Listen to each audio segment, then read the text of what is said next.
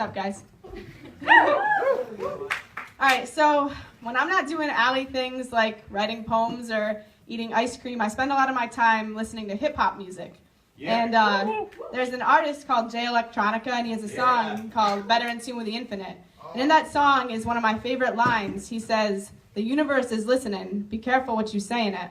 And I think that's a really profound thing, right? Because he's asking us to really consider the weight of our words and how they impact the people around us. So this poem that I wrote, I'd like to dedicate it to my second grade teacher, Miss Browning, and all the other people out there who don't realize just how much their words impact the people around them.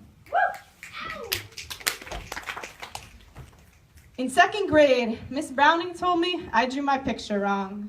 She had asked us to be artists for a few minutes, to take out our blank paper and crayons so we could draw pictures of what we wanted to be when we grew up.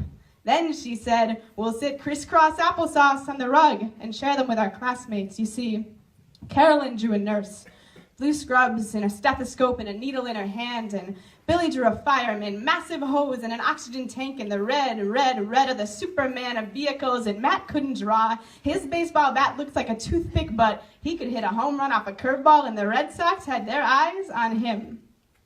But I wanted to be a teacher when I grew up. Also an actress and a WNBA star. I guess you could say I was a little ambitious for a 7-year-old who hadn't yet learned the nines on her times tables, who had been cast as a sheep in her preschool's production of the Nativity Story, who couldn't quite conquer the beast known as the left-handed layup.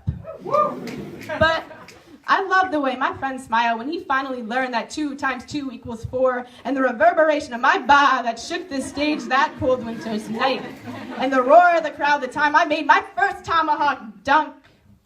So Carolyn showed us her drawing of a nurse, and Billy his drawing of the greatest fireman in all the land, and Matt his something of an MLB star with a toothpick for a bat. But I showed my class a drawing of a girl with choppy bangs and a toothy grin, a girl who said, you are going to learn so much this year with one speech bubble and to be or not to be with the other, a girl who wore the number 23 on a basketball jersey tucked into a pencil skirt. But Miss Browning told me I drew my picture wrong. Because why was the actress bouncing a basketball, and who was that reciting Shakespeare lines, and explain to me how the WNBA star could ever run in a pencil skirt? So I slumped back onto the rug and sat crisscross applesauce and watched through a thin veil of tears as Julie showed us her picture of a ballerina, and Mike his picture of a chef, and Carly her picture of a horse trainer, and Miss Browning smiled and said, how lovely. 12 years later, and they still ask us the same question, except now they know not to expect us to draw pictures of princesses and pilots, so they ask us with a sprinkle of expectation for something concrete, like a note card with the words, I am a blank, spelled out neatly.